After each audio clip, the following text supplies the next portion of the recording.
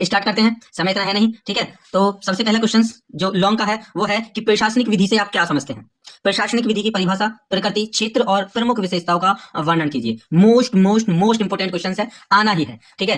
Question आना है, answer देना है। आंसर क्या देना है हम अभी समझा रहे हैं, पढ़ा रहे हैं, जल्दी से नोटबुक पेन निकाल लीजिए और स्टार्ट कर दीजिए। चलिए उत्तर की तरफ चलते हैं। आंसर, प्रशासनिक विधि का अर्थ। प्रशासनिक विधि प्रशासन से संबंधित विधि को कहते हैं। प्रशासन कार्यपालिका का महत्वपूर्ण अंग होता है। इसमें कार्यपालिका के अधिकारियों की शक्तियों और अधिकारों को व्यवस्थित किया जाता है। समझ में आ गया? चलिए आगे बढ़ते हैं। परिभाषा क्या है, ठीक है। अर्थ का तो पता चल क्या होगा, परिभाषा देख लेते हैं। किसी भी विषय के शास्त्रीय अध्ययन के लिए यह आवश्यक है कि उसकी परिभाषा की जाए। यही बात प्रशासनिक विधि के विषय में भी महत्वपूर्ण है, परंतु प्रशासनिक विधि की परिभाषा सरल कार्य नहीं है दोस्तों, क्योंकि प्रत्येक देश में उसके राजनीति दर्शन की अपेक्षा किए बिना प्रशासनिक प्रक्रिया में इतनी भारी वृद्धि हुई है कि हम एक शासित राष्ट्र हो गए। आज हम प्रशासनिक प्रक्रिया की छाया में नहीं बल्कि उसकी छत्र छाया में रह रहे हैं। मतलब कि प्रशासनिक विधि में किसी भी देश की राजनीति का दर्शन होता है और उसी के ऊपर डिपेंड करती है कि वहां की प्रशासन कैसा है और कैसा कार्य करता है। इसीलिए हमारे देश में जो लोकतंत्र है, ठीक है, वो एक तंत्र बन के रह गया है। किन कारणों से, जो अभी परिभाषा के अकॉर्डिंग हमें बता रहा है। चलिए देखते हैं क्या है। जो अलग अलग विधिवेत्ता हैं उन्होंने इसकी अपने अनुसार अलग अलग परिभाषाएं दी हैं, हम समझते हैं। सर आइवर जेनिंग्स के अनुसार प्रशासनिक विधि प्रशासन से संबंधित विधि है। इसमें प्रशासनिक अधिकारियों के संगठन, समूह, शक्तियों और कर्तव्यों को निश्चित करती है। मतलब कि जितने भी अधिकारीगण हैं, संगठन समूह है या फिर जो भी शक्तियां और उनकी ड्यूटीज हैं, उन सबको यह निश्चित करती है, मतलब कि बताती है आइवर के अनुसार। अब है प्रोफेसर डाइसी के अनुसार, प्रशासनिक विधि किसी भी राज्य का वह भाग है जो राज्य के सभी अधिकारों की वैधानिक स्थिति तथा दायित्वों का निर्धारण करती है। मतलब कि वैधानिक स्थिति और उनकी ड्यूटीज को बताती है। समझ में आ गया? चलिए आगे चलते हैं। HWR वेड की परिभाषा, प्रशासनिक विधि सरकारी शक्ति के नियंत्रण से संबंधित विधि है। बिल्कुल सही है। इस परिभाषा का केंद्र बिंदु है सरकारी अधिकारियों की शक्ति का नियंत्रण, जो प्रशासनिक विधि का मुख्य आधार है। जितने भी सरकारी कर्मचारी होते हैं उनके दायित्व, ड्यूटी, कर्तव्य जो भी होते हैं, अधिकार, ठीक है, वो सब प्रशासनिक विधि तय करती है, निश्चित करती है। चलिए प्रशासनिक विधि की अब देखते हैं प्रकृति और इसके क्षेत्र। सबसे पहले देखते हैं प्रशासनिक विधि की प्रकृति और क्षेत्र। प्रशासनिक विधि की प्रकृति और क्षेत्र का अध्ययन निम्नलिखित शीर्षकों की सहायता से किया जा सकता है। मतलब कि बिंदुओं जो मुख्य बिंदु दे रखे हैं उनके माध्यम से हम सीखने का प्रयत्न करेंगे दोस्तों। सबसे पहले प्रशासनिक विधि की अवधारणा, दूसरा प्रशासनिक विधि के 3 भाग हैं और तीसरा है प्रशासनिक विधि लोक विधि की एक शाखा है। मोस्ट इंपोर्टेंट क्वेश्चन है दोस्तों, बिल्कुल भी स्किप ना करें, पढ़ते रहें, ध्यान से समझें, क्योंकि एक बात मैं आपको बता दूं, याद करके आप कुछ नहीं कर पाओगे, ठीक है। चीजों को समझना जरूरी होगा। जब हम 3 घंटे में पेपर देखते हैं और 3 घंटे में जब हमें कम से कम 30 पेज लिखने होते हैं, तो इस तरह से हर 6 मिनट का एक पेज बन जाता है। 5 से 6, 5 मिनट का मान लो, क्योंकि 5 मिनट तो अलग से 5-10 मिनट अलग से कॉपी बनने में उसमें चले जाते हैं, साइन करने में चले जाते हैं। जरूरी है कि 5 मिनट में हमें एक पेज बनना है। तो वो कब आएगा? वो तब आएगा कि जब हमारे दिमाग में बहुत सारी चीजों का भंडार होगा, ठीक है। इसलिए सीमित ना रखें अपने दिमाग को, ठीक है। अपने जो दिमाग को है उसको आधार बना करके, इन चीजों का सोर्स बना करके उसमें सेट कर लें। ये आएगा जब हम तुम्हें समझा रहे हैं, उसका एग्जांपल दे रहे हैं उससे। चलिए सबसे है प्रशासनिक विधि की अवधारणा क्या है। प्रशासनिक विधि की अवधारणा, प्रशासनिक विधि का संबंध संरचना से अधिक कार्य को ध्यान में रखते हुए सरकार को का उद्देश्य प्रशासनिक विधि बनाने और नियंत्रण, कंट्रोल से है। समझ में आ गया? अवधारणा क्या? प्रशासनिक विधि का संबंध संरचना से अधिक कार्य है कि प्रशासनिक विधि बनाने और उसको कंट्रोल करने से, उसको कंट्रोल कैसे करना है, इस बात से है।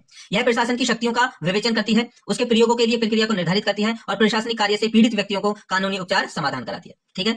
प्रशासनिक विधि का उद्देश्य कार्यों का बंटवारा तो है, लेकिन उससे भी अधिक है, जो कर्तव्य उनको दिए हैं उनका कंट्रोल करना, कौन क्या कर रहा है, किस स्थिति में कर रहा है, उसका कंट्रोल करना, ठीक है। आगे है प्रशासनिक विधि के 3 भाग हैं, ठीक है। प्रशासनिक विधि के 3 भाग हैं। प्रशासनिक विधि की अवधारणा के अनुसार प्रशासनिक विधि के 3 भाग हैं। आपने समझ के 3 भागों को देख लेते हैं। नंबर 1 है प्रशासन की शक्तियां, पावर ऑफ प्रशासन एडमिनिस्ट्रेशन, शक्तियों के प्रयोग पर विधि द्वारा स्थापित अपेक्षाएं, विधि विरुद्ध प्रशासनिक कार्य के प्रति उपचार हेतु प्रावधान। मतलब कि यहाँ पर तो वो शक्तियां बनाना है, ठीक है, एडमिनिस्ट्रेशन प्रशासन का काम। दूसरा है शक्तियों के प्रयोग को करना, जो शक्तियां दी हैं उनको प्रयोग अच्छी हो इस अपेक्षा के साथ, और उनमें कोई त्रुटि रह जाती है तो उनका उपचार करना, या फिर सही से कार्य नहीं हो रहा है तो उसको भी देखना, ठीक है। अब इनको आगे समझते हैं। इसका तात्पर्य होगा प्रशासनिक विधि प्रशासन की शक्ति प्राप्ति का विरोध नहीं करती, बल्कि उसका उद्देश्य यह देखना है कि शक्ति का प्रयोग उचित और युक्ति रूप से हो। मतलब कि उसका प्रयोग कैसे हो, बिल्कुल सही तरीके से हो, यह देखना सबसे बड़ा मकसद होता है। अब प्रशासनिक विधि लोक विधि की एक शाखा है। प्रशासनिक विधि जो है लोक विधि की एक शाखा है। लोक का मतलब जनता, ठीक है दोस्तों। चलिए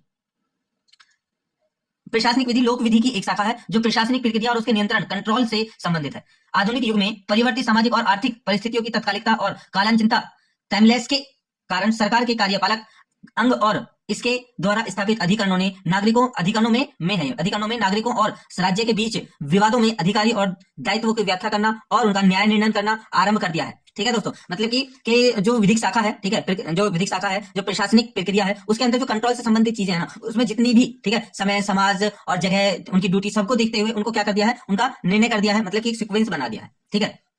प्रशासनिक विधि प्रशासनिक अधिकारियों के लिए कानून बनाने और शक्तियों के नियंत्रण से ही नहीं बल्कि उपचारों से भी संबंध रखती है। इस परिप्रेक्ष्य में यह 3 प्रश्नों का उत्तर पेश करती है। ठीक है, फिर से वही बात आ जाती है कि प्रशासन काम केवल ड्यूटी देना नहीं होता, वो ड्यूटी सही से हो ये भी देखना होता है, और ड्यूटी में कोई दिक्कत आ रही है तो उसको भी ठीक करना होता है।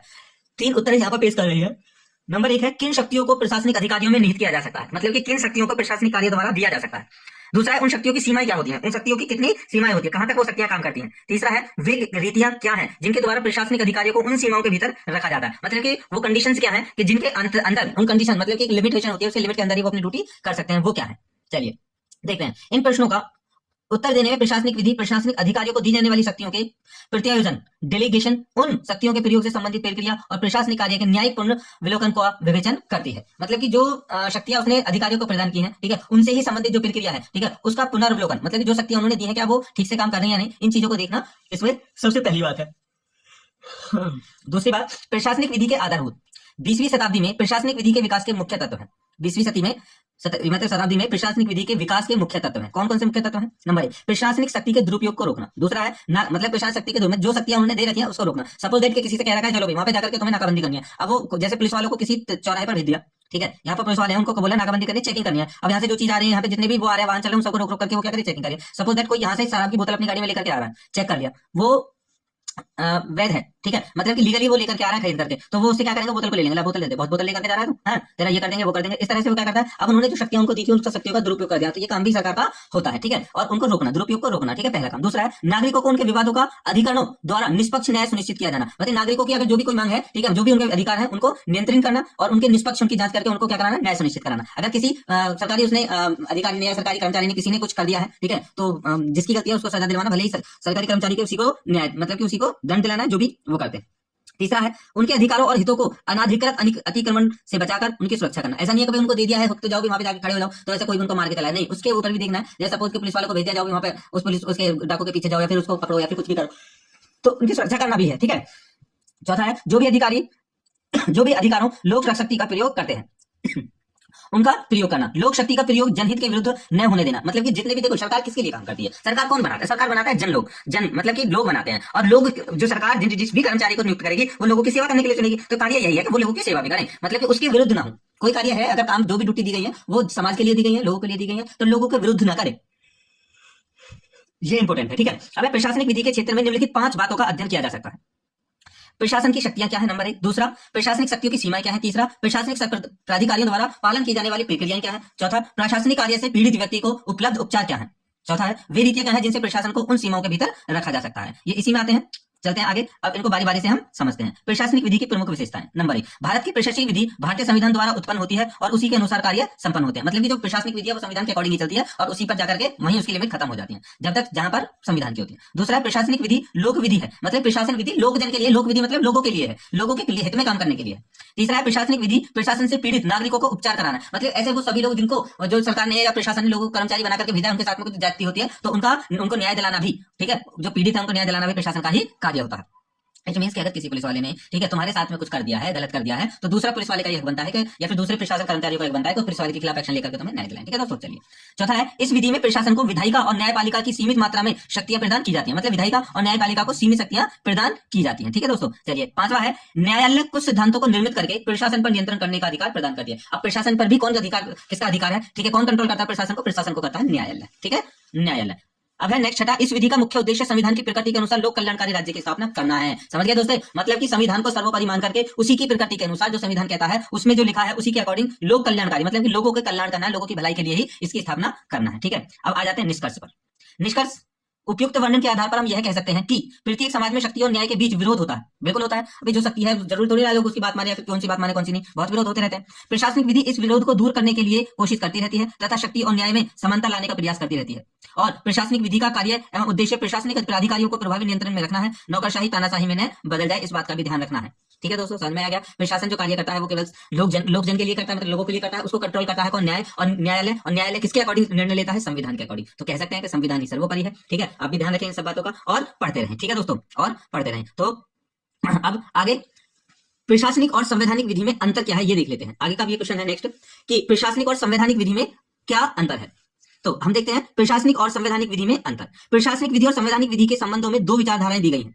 एक विचारधारा दोनों में भेद नहीं मानती, किंतु दूसरी विचारधारा दोनों में भेद मानती है। किसमें? प्रशासनिक विधि और संवैधानिक विधि।